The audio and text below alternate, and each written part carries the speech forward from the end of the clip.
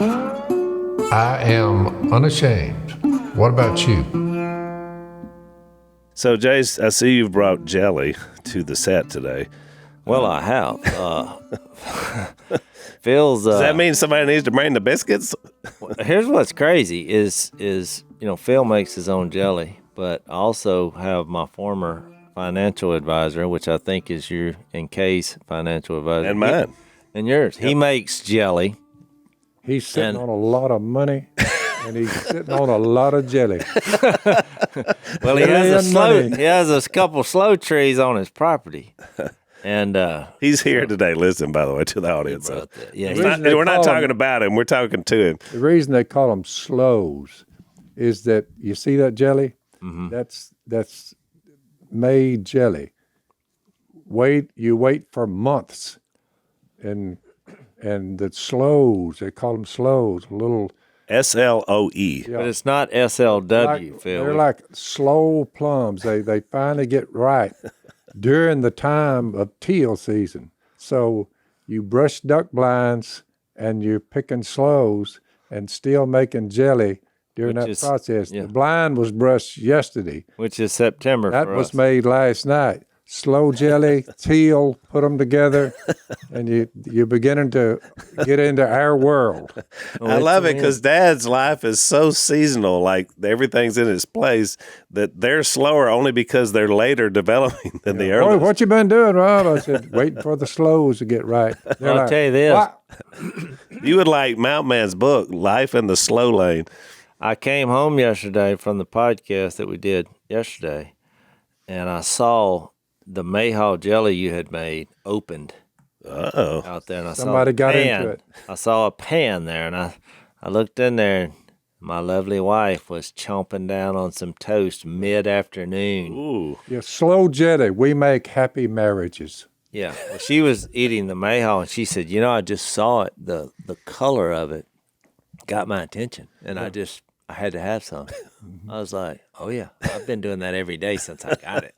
That's why a certain percentage of my jelly, you can try to find it. If he's making jelly, what? A lot of it under my bed. Because I can't. Bill, you keep They wouldn't telling. look there, because if they find sloe What you jelly tell out in the millions of open, it people is now, gone, dude. We have millions of people listening to this. Up and under Phil- my bed is where I keep my stash, because you Phil's put it out actually- in the open, and the women, It's so especially them funny. chubby ones, they get after that sloe jelly.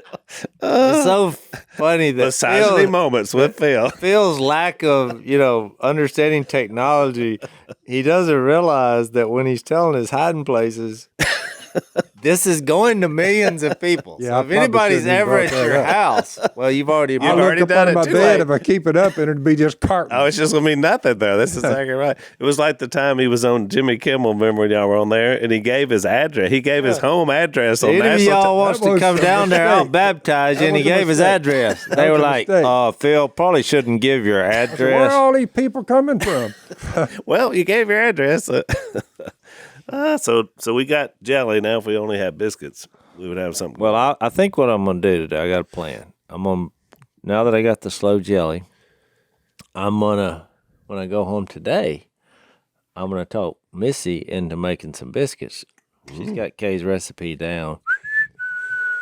And then we'll have a mid-afternoon sloe jelly biscuit. Ladies and gentlemen, what we're trying to do for the world is to make it a little more sweeter. Yeah. A little sweeter. Yeah.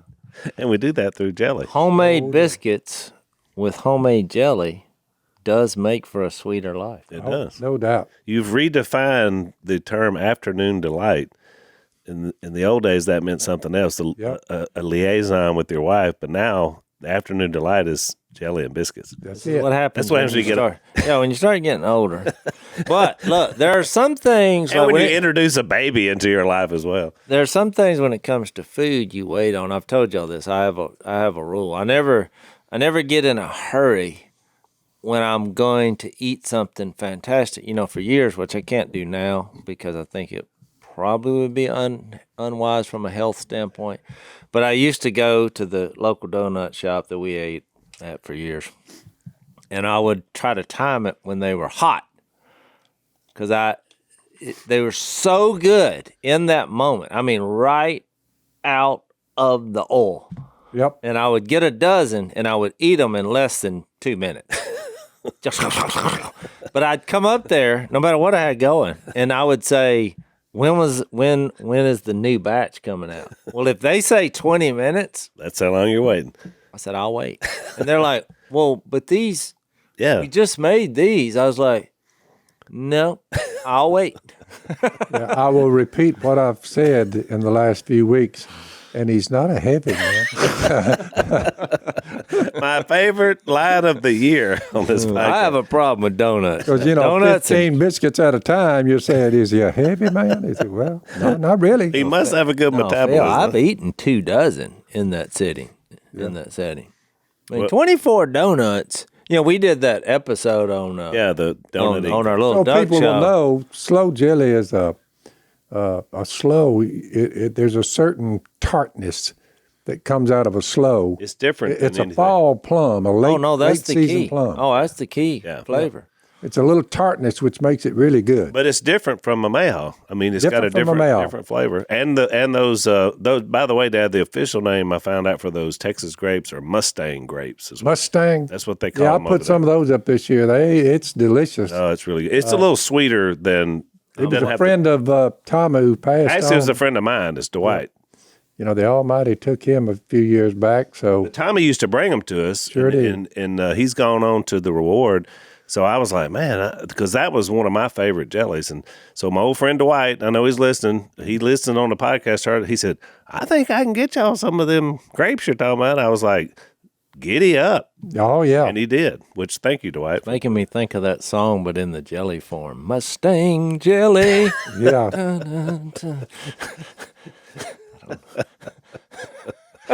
People who make jelly together stay together. Ooh, Well, Phil. listen, that's writing a lot of greeting cards It today. really does. It brings people together. You're Who said that? You're on your hands and knees. I said, Where's that quote from? Who said that? I made it up a few months back. I thought you were going to say I did. that may be a new T-shirt. Well, look, we got a guest coming on today, and I'm glad we were able to laugh about jelly because today we're going to be talking about a pretty heavy subject because we're talking about life. And Shawn Carney, who's the CEO of 40 Days for Life, is going to join us in just a minute. And before he does that, I want to read a verse to kind of set that up. It's from Psalm 139. It's probably the most quoted and read verse concerning life. It says, this is David talking. He's talking to God. He said, "For you created my inmost being. You knit me together in my mother's womb. I praise you because I'm fearfully and wonderfully made. Yep. Your works are wonderful. I know that full well. My frame was not hidden from you when I was made in the secret place. When I was woven together in the depths of the earth, your eyes saw my unformed body. All the days ordained for me were written in your book before one of them came to be." And I love the concept of how life begins with God. I'll warn you, at some point I may become emotional in this conversation because we have a little baby right now in our home. And I just think as God's sons and daughters, disciples of Jesus, we should be out there defending the innocent, the unborn, these awesome creations from God that grow up to be incredible human beings. That's what they are. Well, let's take a break, and on the other side, we'll have Shawn. So one of our sponsors, American Home Shield, Lisa and I actually used lately because we have it. It's a great company, and they help cover the cost to repair and replace things. We just had some problems with our air conditioner down at the Southern Lair, and these guys stepped right in to help us, and that's what they do. They've been doing it for over 50 years. If they can't repair the covered item, they'll replace it. Service fees, limitations, and exclusions apply. You have to see their plan for details. But they have more options, fewer exclusions. They helped us out with our HVAC, which is very important. Right now, they've got a $50 off for all listeners of the show. So it's $50 off right off the bat. We love these guys, and they've helped me personally. So keep your home up and running and your budget on track with American Home Shield. Right now, our listeners can take $50 off the most comprehensive plans ever. Go to ahs.com/life ahs.com/Phil to save that $50. That's ahs.com/Phil, $50 off. Service fees, limitations, and exclusions apply. See their plan for detail. American Home Shield. Be sure with the shield.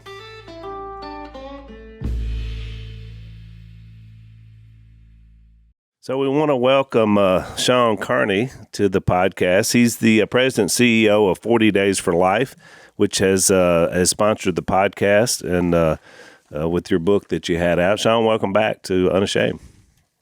It's good to be back. Thanks for having me. So I realized when I was doing a little research for you coming back, I went back and looked at the notes from before, and Jase has never met you because Jase was not on the podcast you were on. It was Mom and Lisa on that day.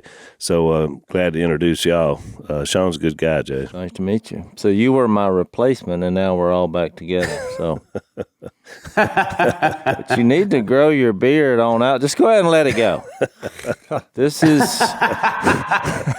I think this is as good as it's going to get for me. Now, my brother-in-law, he's got the full-blown, I mean, he can't go swimming because he can't see because his beard gets in his face. I've had that problem. But yeah, I think this is as good as it's going to get. I'll try to grow it out. Maybe if I come on next year, I can kind of see what progress I can make in the next 365 days.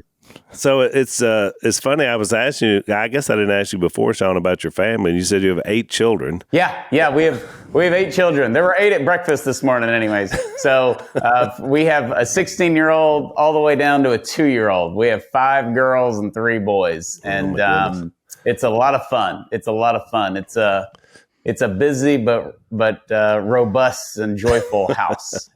I love it. I mean, I can't imagine 8, but I'm glad that it's working out for you guys. So I was, and I guess that's fitting, which kind of leads into our discussion today about pro-life, because obviously you guys are all about life. You have 8 children, but tell our audience a little bit about 40 Days and kind of how you got started into that. What you guys do.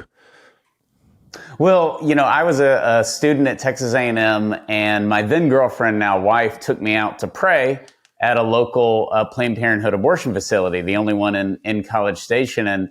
And just for me, I was 18 or 19 years old at the time, and it was my peers going in and having abortions. So it really challenged me as a man. Like, what am I doing? Like, I haven't been hurt by abortion. It hasn't been in our family. I'm not doing anything. And so I really saw it as a challenge for men to step up and go out there and peacefully pray. So anyways, our numbers were really down in College Station. We didn't get a lot of volunteers. Planned Parenthood was doing a lot of abortions. So we just went all in for 40 days and did 40 days of prayer, 40 days of fasting, and 40 days of a nonstop peaceful vigil, 24-hour vigil, actually. We had a group of guys go out all night from 11 to 7 a.m. And pray. And we saw abortions drop by nearly 30%. Wow. That was 2004. So in 2007, we launched it nationally, and it was amazing to see. We had 89 cities in that first campaign in the fall of 2007. So we do a fall campaign and a spring campaign twice a year now. And this fall, we'll have 620 cities participate in 40 Days for Life. It'll be our largest ever. So, it's since gone to 1,000 cities in 65 different countries. That was probably our biggest surprise, is something that happened in College Station, Texas. Now, we've had campaigns in China, we've had campaigns in Russia, Africa, Latin America, and it's just been awesome to see it, go throughout the world. It's really powerful because you think about the power of prayer, and we don't think about that as being a launching pad, for impact, but it really is. I mean, that we talk about it all the time. We say, yeah, I'll pray for you, pray about this, pray about that. But you guys have built an entire ministry on aiming prayer for what it was designed to do, which is, speak into the spiritual warfare that we're facing. And it's a war, let's face it. It is. It absolutely is. And to show up, nobody grows up wanting an abortion. Nobody grows up wanting to work in the abortion industry, for sure. Something always went wrong. That's why there's a huge shortage of abortion doctors right now. Yeah. So when you're there and you're praying and you're, peaceful and law abiding, the women will talk to you. The workers will talk to you. We've had 242 abortion workers not just get mad and quit, but actually have a conversion, a change of heart, and leave their job, including Abby, who y'all have had on. And they made the Unplanned movie about her story. So it's really awesome. It kills the bottom line of a local abortion facility. I mean, that facility where we started in College Station closed in 2013. It's now our headquarters. We moved in 2014. That's so awesome. We have a beautiful memorial to the unborn behind it, and it's our HQ. And it's just a testament that you can close an abortion facility everywhere. We've closed a few in San Francisco, Los Angeles, Seattle, Chicago. We've closed 3 in London.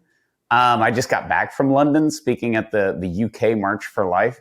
It doesn't matter where you go. It doesn't matter how crazy your insane government is.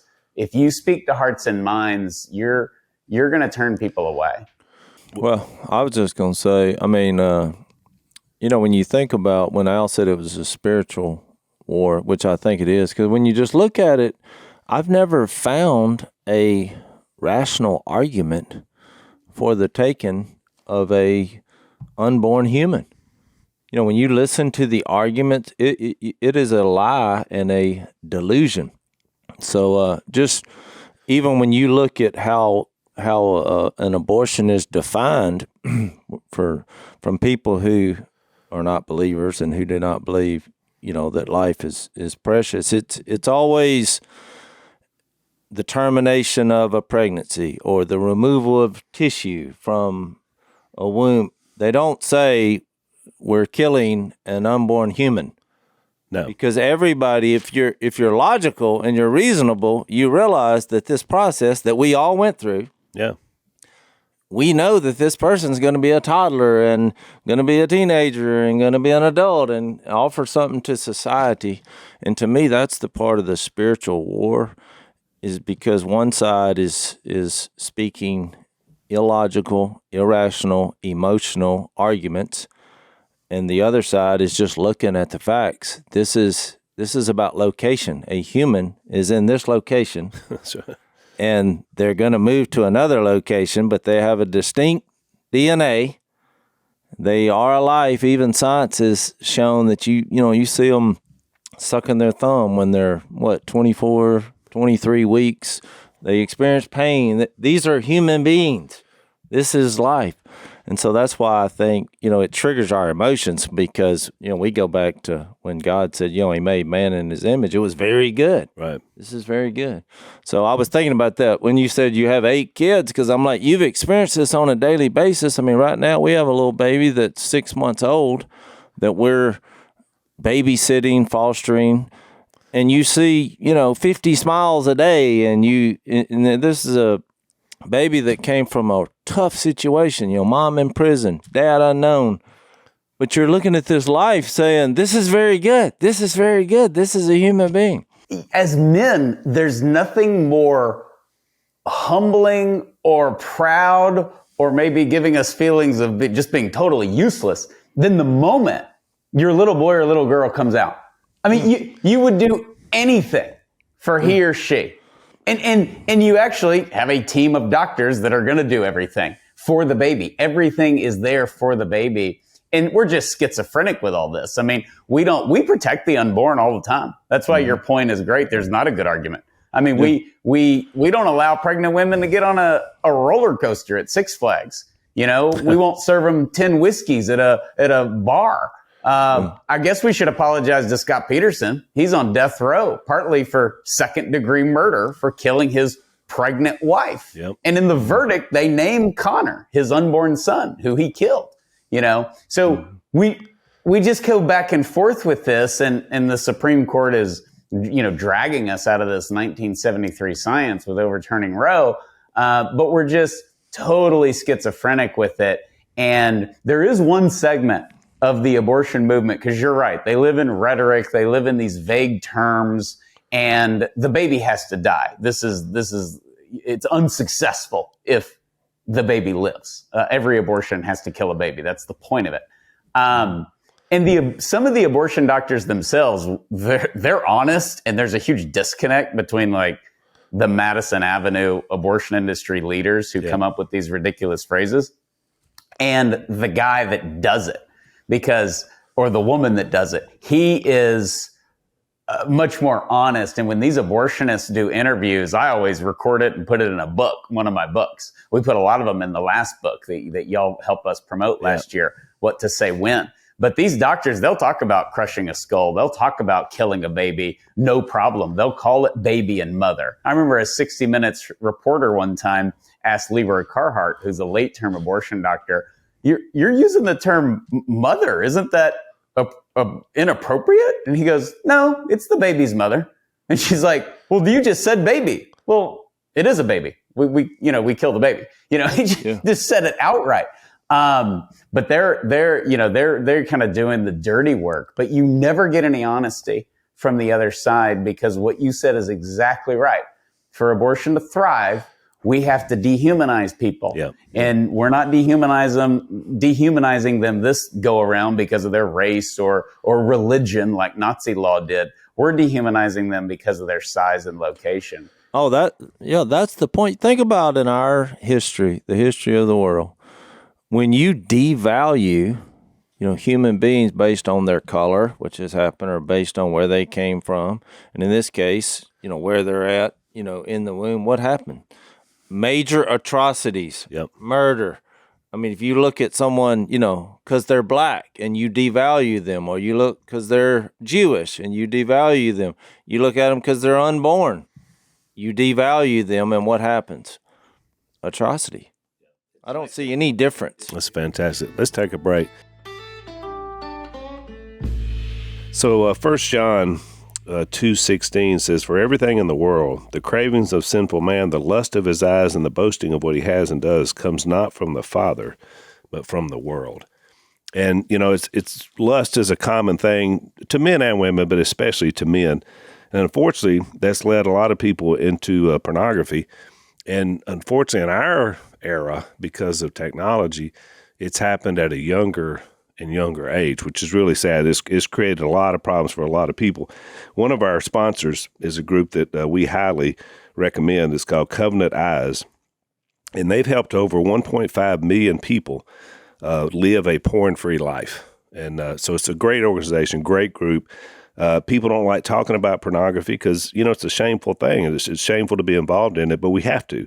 It's there to help us not only spiritually, but to help our families as well. And as I read, God's word, it's all over the word that we need to address this. So if you have a problem or you have a family member or somebody else, we want you to check these guys out. Covenant Eyes has a 30-day free trial if you sign up today with the promo code Phil. So you have nothing to lose, but a lot to gain. Here's how you get it. You go to Cov Eyes, COVEYES, coveyes.com/Phil, and check them out for that 30-day free trial. Coveyes.Phil, coveyes.com/Phil.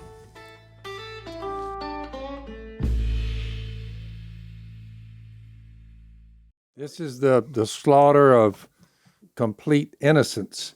When Jesus was on the earth, he said, you're doing what your Father does, and if God were your Father, you would love me. If God were really the Father of these people, the last thing they would do would be kill them. If God were your Father, you would love me, and we would love our children if God were our Father too. For I came from God and am now here. I've not come on my own, but he sent me. Why is my language not clear to you? Because you're unable to hear what I say. Here's the father of murder. You belong to your father, the devil, and you want to carry out your father's desire. You say, well, what does Satan want? He was a murderer from the beginning, not holding to the truth. They were planning to kill a person, Jesus Christ, who was perfect, like a little child, no mistake. There's absolutely pure life, a child inside a mother's womb. He was a murderer, Satan was, and not holding to the truth, for there's no truth in him. And when he lies, he speaks his native language. I mean, that's not really a living person inside that womb. And he goes on, he tells them lies, and people say, well, it's really not, they're still in their mother. They're not alive. They have a heart beating, they're breathing, they're sucking their thumb like him, and they're fixed to come out. And we kill them. By the way, he goes on to say, 1 John says, don't be like Cain, who murdered his brother. And why did he murder him? He said he belonged to the evil one, and he murdered his brother. And that's what they do to little unborn children. Same thing. That's why I mentioned that it was a spiritual problem before we even get into some of the. They belong to the evil one. So let's take a break. So tell us, Shawn. I'm really interested in your take since Roe has been overturned. Kind of what that means in the larger battle in terms of in the nation, because a lot of people totally misread it and are like celebratory, like, okay, we're done now, abortion's over, the battle was won, and it's really, that's not really not true. In my mindset, the battle just begins, because now we're at the state level. So explain that a little bit to our audience, kind of where we are in terms of the national picture. Yeah, it was great. And speaking of what we were getting into earlier, I mean, it was Mississippi, the deepest part of the Deep South, the most pro-slavery state. Yep. In the Confederacy, who wrapped themselves in glory and got Roe v. Wade overturned with that brilliant Dobbs case. Yeah. I mean, it's just awesome. And, there was that reaction of like, well, what does this mean? But I was actually, encouraged by how many people realize, oh yeah, the work, the real work begins. We gotta hit the ground running. And we expected Roe to be overturned. We started planning for it with the nomination of Kavanaugh, because of all the precedent that we talked about of just us legally defending the unborn. And there's really three highlights. Number one, it just shows the 50 years in the grassroots, these pregnancy resource centers, things like 40 Days for Life, people getting to work at the local level when we've had these insane politicians promoting infanticide and just saying, look, DC will correct itself. We'll vote pro-life. We'll pray for the best, but we got to help people on the ground. And so you really had one side of the issue, the pro-life side, building a sort of a grassroots army to win hearts and minds. The other thing that we had was the fact that Roe v. Wade was overturned with the most pro-abortion government in U.S. history in power. And part of that is God's sense of humor. The other part of it is all of the work at the grassroots, these talking points, the messaging, the pro-life movement has gotten younger. It's become the positive side, the pro-science side, the compassionate side. Yep. And the abortion side has become angry and loud. I even heard abortion supporters on the news saying that when they heard that Roe was overturned, that they just felt like they were losing the messaging. And that trickled up to the people who, frankly, advised Donald Trump on his Supreme Court nominees. Yeah. I mean, the people behind the scenes, those are our folks. Those are people that knew what was going on in the grassroots. And then, of course, to his credit, Trump listened to those people and nominated 3 great justices. And of course, nobody wants to give him credit for anything, but he deserves that for sure. That's right. Then Roe was overturned, and now it goes back to where we're the strongest, because Planned Parenthood, they've really owned DC. Unfortunately, they've done a great job in DC and in New York through their PR firm and through their legal battles to get funding. But they are very weak in the grassroots, very weak. You can just ask their employees. That's why we've helped 242 of them have a conversion. Yeah. We have a former Planned Parenthood manager who works for us. Right. And so they're very weak at the grassroots, and that's where this battle's going. And that is going to be very, very powerful. Even though Roe was overturned, we got more applications to lead a 40 Days for Life this fall than any previous fall. So it has motivated the base. We have 1 million volunteers around the world, and they're more motivated. They're not, popping champagne saying, well, it's all over. Nobody's had that response on the pro-life side. And that's why we can have abortion-free states and abortion-free regions and eventually an abortion-free country. And, Mother Teresa is the only one in 1982 to say, if America gets back to her roots, then she will end abortion. And when she ends abortion, the world will follow. And I believe that will happen because America was, before the overturning of Roe, the most pro-abortion country in the West. Our laws equaled North Korea and China on abortion. It was insane. So this is definitely a winnable thing, but it's going to take a lot of prayer and a lot of sweat. And you mentioned London earlier. So, I mean, do you think that this will help kind of turn that tide to making a difference around the world, not just here? Because let's face it, Europe is more pro-life than we are in terms of laws. I mean, which is sad to say, because here we are thinking, we were founded on Judeo-Christian values and the idea of that, but we have strayed so far off the path. We're no longer the beacon for people. Yeah. And, aside from our little hiccup with the English in 1776, they've been our closest ally. And they are very enthusiastic. The one thing about the Brits that's very important for us is they are the holders of freedom and freedom of speech in Europe.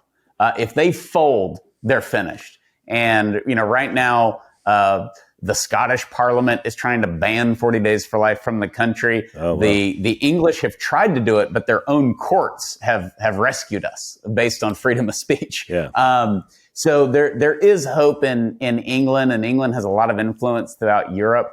There's tons of hope in Africa. Africa and Latin America, that is American and British abortionists going into those countries, corporate America too, going into those countries saying, you ought not breed, quit having all these kids, and building abortion facilities. Planned Parenthood is huge in Latin America. They call themselves Pro Familia.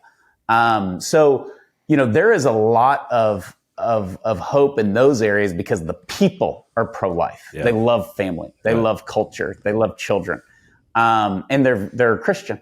So I think Europe will look to us saying, America was crazy. They allowed abortion at, 40 weeks. Yeah. And they overturned their legal precedent. They overturned Roe v. Wade. So it really sent shockwaves, pro-America shockwaves, by the way.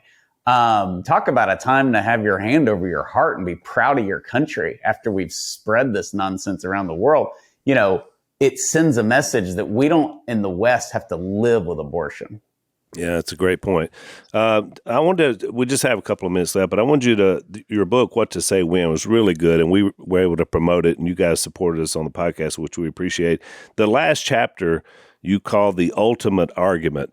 Now, what is the ultimate argument when it comes to pro-life and abortion? The ultimate argument is love. And of course, that's Jesus Christ, who died for us, who himself could have popped out of an acorn and saved us from our sins, but he didn't. He went into the womb, right? And in the most dramatic fashion, being born in a stable, and that is the ultimate argument. I've had thousands of discussions on abortion. That's why we wrote the book. And if you get the book. By the way, y'all helped make it a #1 Amazon bestseller, so thank y'all. There you go. But, yeah. Thanks, Unashamed Nation. Yeah. Exactly. There we go. But, you're going to know what to say. And it's not designed to be a know-it-all, but you'll be a know-it-all if you read it. So, we give you what to say, what not to say. But that's the easy part. The people who have converted, the people who have had breakdowns, the people who, the women who after years of hiding their abortion, the men that paid for an abortion, and just buried it for 30 years. The abortion workers, the doctors, it is the example. It is the hands and feet of Christ. It is the love of thinking, them realizing, you don't hate me. You're actually not judging me. And I don't have to live with this. Yeah. I don't have to live with this because they spend so much time justifying their behavior, which we do with all of our sins, right? And so they just bury it. And whether they've had an abortion or whether they're participating in an abortion, they don't want people to ask them what they do in the grocery store. And it's just a great invitation. We've had so many people who have converted on this issue because of the way that we share the truth, and they can see the love. And sometimes it's the first time they've ever felt love. Yeah, and that's why I love that chapter. I wanted you to discuss that, because Lisa and I say that we finally, as on the Christian side of things, we really have learned to put pro-love in the pro-life movement. At one time in the 80s and back in the 70s, it was we were angry, and for it was righteous anger, but at the same time, it didn't seem like we cared about the people. And so now I think we've altered that, which is why I think we're winning, because love is at the forefront. Well, I like how you got it back to Jesus, because he is light, he is life. That's right. And he is love. Yep.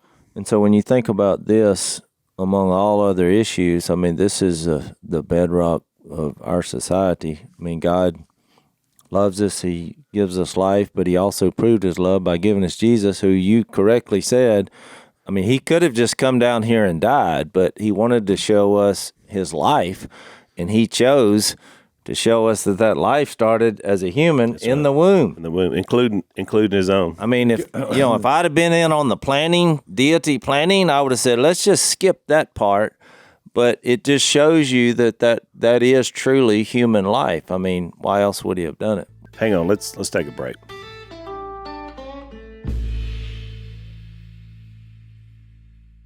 Beings get on this path. Romans 1:28, since they did not think it worthwhile to retain the knowledge of God, God gave them over to a depraved mind to do what ought not to be done. What's this? They have become filled with every kind of wickedness, evil, greed, depravity. They are full of envy, murder, strife, deceit, and malice. They're God haters. If you can get them to see that God loves them and they can be saved, let's don't take it out on someone in their mother's womb. Well, it's a product of a depraved mind. So because you say, it sounds crazy, why would you jump with glee in the killing of a human being inside a mother? Well, that's why I said the basic fundamental arguments are on our side, on God's side, on humanity's side. When you start looking at it, because they'll come up with arguments like, "Well, it's my body; I can do what I want." Well, there's all sorts of laws that are enforced that you can't take your body and hurt someone else's body. That's right. It's called rape, murder, different things. So it's just in every argument you realize that it's a delusion. Or as my buddy said the other day, we were talking about this, because I was talking about I'm moved by keeping this baby. We didn't have the baby. The special circumstance came our way. I've talked about it many times on the podcast. But what it's been for me, I mean, it's been exhausting for my wife. There's a lot of money that's gone out. You're taking care of a baby. There are frustrations. But every day is this celebration of life. Right. And just the small details of watching him crawl, try to figure out how to crawl. The first time he gets some food in his mouth, he's like, starts gagging. And then, 5 minutes later, he's like, give me some more. I mean, it's just this celebration of life. Depraved minds has become mainstream. But my buddy the other day, we were talking about that. I was like, I'm just moved almost to tears every day thinking, why would you not, out of the sake of convenience, which is what most abortions are about, not celebrate this life? And he's like, but you got to realize the argument for abortion, he said to me, is like when you're in the woods, because he's a hunter, he's my buddy, and he made this so practically, I just thought, wow. He said, if you're in the woods with your child and a bear encounters you, the last thing you would do is throw your child in front of the bear and take off running. He said, but that is the argument. And that's true. We just would not we would not do that unless we came up with some kind of delusional way of looking at it God that dehumanizes the baby. So, Shawn, speak to that. I feel like what Jason and Missy are doing, a lot of believers are doing in the pro-life movement, and that is once children are born. Because obviously, if abortions stop happening in states, that means we're going to have more children, because people are not going to quit finding themselves in situations where they're pregnant. That's still going to happen, even though we're trying to work on that end as well. So how important is it for fostering, for adopting, in that part of the pro-life movement? It's very important. And, we've helped 22,000 moms that we know of who have chosen life. And I've held many of those babies. I met a high school kid who was saved during the first 40 Days for Life campaign. Met him a couple of years ago. Wow. And most of them choose to mother. Some of them, we lay adoption out there, and adoption is an awesome option, and it's a very good option. But many of the moms decide that they're going to raise their baby. Right. And those resources are abundant. So are the adoption agencies, and so are the maternity homes, which we had a shortage of, but we're catching up on that, where women who have nowhere to go Yep. Can go and stay and have their baby and have a place to live. So the shelters have increased, but the pregnancy resource centers, the medical help, hey, I need a free pregnancy test, or now I need an ultrasound, or I need, I'm pregnant. Planned Parenthood doesn't do prenatal care. So the pregnancy resource centers outnumber abortion providers 5-1 across our country. And I believe that was even mentioned in the Dobbs case in Mississippi. Right. And so all of the resources, because people have gone to work the last 50 years, are there. But, you're seeing a lot of media coverage about women are going to leave, Texas and go to California. You're going to hear those in the media, but that's not going to be the majority of them. Right. Most travel is a huge deterrent for an abortion. And we know that from decades of research with states who have highly restricted it. You'll have kind of a wave, but over time, they're not going to travel. We just had a beautiful story of a woman who she's one of the few that took up her company's offer to pay for her abortion, which is just a whole shameful subject on its own. She flew from Florida to New York, and she encountered a 40 Days for Life 365 campaign. It's year round. We have about 80 of those. They go every day, year round. And they're out there praying, and she talked to them, and she said, I can't go through with it. I'm going to go back to Florida. And her ridiculous company said, you will have that abortion, or we will not pay for your flight home to Florida. Wow. And she said, well, you can forget it. I don't want your money anyways. And she chose life. That just happened a week ago. Wow. And, you're going to see some of that, but women don't want to do this. We're going to see a lot of, we're going to see babies born for sure, but we're just going to see a positive outlook on our own nature, which half the time we do have a positive outlook on, which is babies are good. That's right. And we're going to have a lot of people choose life. Tell folks somewhere, if they want to get involved with you guys, where can they go? You go to our website, 40daysforlife.com. It's the number 40. We have a weekly podcast. We have a quarterly magazine. Those are all free resources. You can certainly get the book, the What to Say When book, on our website or on Amazon. But also, all of our locations are on the website as well. So 40daysforlife.com. Perfect, man. It's always a pleasure having you on. And, we're engaged in the battle with you guys. As you know, Lisa's written an article for your magazine. And so we stand with you for life. So thanks for all you do. And thank you for being on Unashamed today. Thank you all. Thank you for all you're doing for our country. God bless you.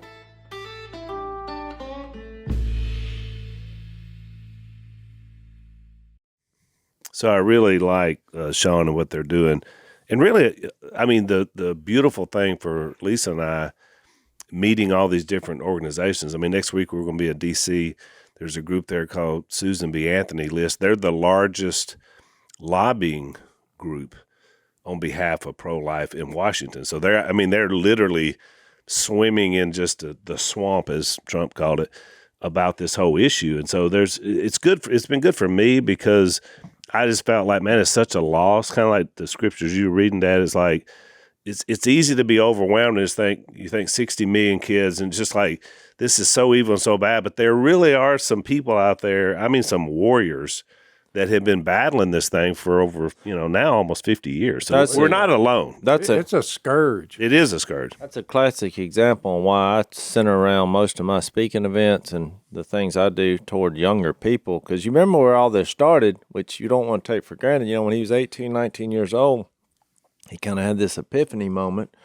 Because in this case, about life and something that's so obvious and that's, and we know from, where's a verse in Proverbs that, it says that God, there's like 7 things he detests and hates. And one of them is the shedding of innocent life. Yeah, that's right. I mean, it just is horrific.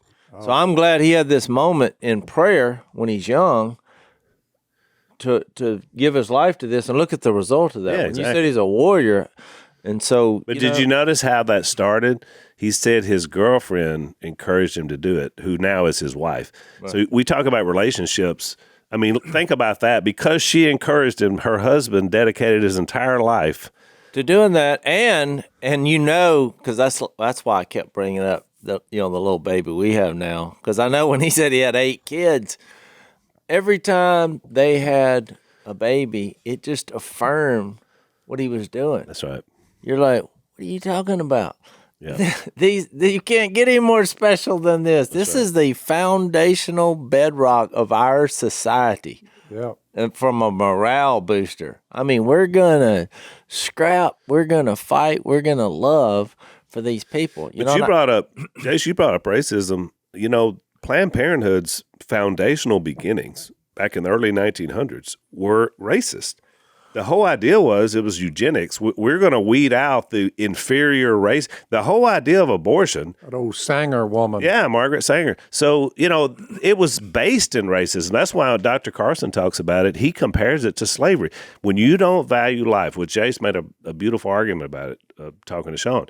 When you don't value life, any life, all life, then you're not doing what Christ said, because he is life. He is life. Well, he is it light, makes he's you love. not get emotional, because the other side are coming up with all these emotional arguments, and because they're like, well, what if, the mother's life is in danger? And you're like, all life is equally valuable.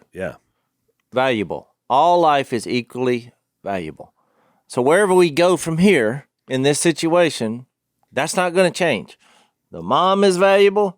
So is the baby. Great point. Valuable. So we'll move forward from there on how to do this. But we're, like I said in the illustration, we're not throwing the baby to the bear. Look, Jase, we had a perfect illustration of that. We had a woman that she was delivering her baby, and her life did become in danger and they knew she was probably going to have some problems. They were prepared, but they couldn't stop her bleeding. But her thing was, you make sure, she said going into labor, my child comes first, no matter what happens to me. She made that choice. She gave her life. And I think for about her child. the Tim Tebow story, Yep. when they encouraged his mom to, have an abortion because her life could be in danger. And she's like, no. And I mean, every time I see Tim Tebow, I'm like, boy, I love this woman. And I realized that as a believer, she just trusted in God in the situation. But all those things are just offshoots to cloud these arguments that are not based on any bit of truth or love whatsoever. Right. The bottom line is it's based on convenience, it's selfishness, it's irrational arguments. It's depravity.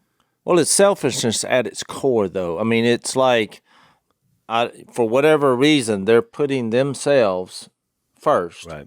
And I'm saying most of them. There's a few exceptions which they highlight on, which becomes the basis for all these arguments. But I'm just saying most abortions are just matters of convenience. Yeah. Or just unwanted humans.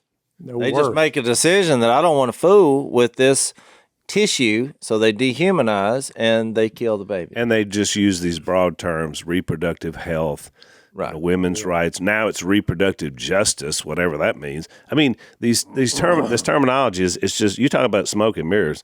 I mean, they will not call it what it is. Well, and what I was going to say is these same people usually categorize humans where they put people in different categories. Right. Right. I mean, it's like you got African Americans, or you got, Chinese American, Asian Americans, or you've got, Native Americans. Yeah. But all of a sudden, we have a category here that I'm trying to bring up and said there's a category of human beings that are being slaughtered. It's called womb dwellers. Womb dwellers. And they are a category of human beings that have been devalued. That's right. Who are completely innocent. Yeah. Completely innocent. So, I mean, I'm like, if you can't fight for those people, I mean, even when Roe versus Wade was overturned, I just put a little social media sentence and said it's a good day for the unborn. Because that category of humans, this is a good day. If they could cheer, they would have. And the hellfire that came from that comment, from the other side was pretty incredible. And the same theme happened. They were devaluing them as humans. Yep. That was the common thread. Unfortunately, it's a death cult. Well, we're out of time, but man, it was great to have Shawn on, and this is important. So I encourage you guys to get involved. Whether it's your local, pregnancy center, or whether it's with these guys or a national organization, Jase is right. This is a cause worth joining. So if you haven't really done that, why don't you see how you can get involved with that and help? Yeah, whether you're a believer in God or not, this is just as a human being. Yep. Taken up for innocent people. That's right. It's a can't lose cause to be a part of. So we encourage you to do that. We're heading into overtime, so we'll see you on the other side. blazetv.com/unashamed.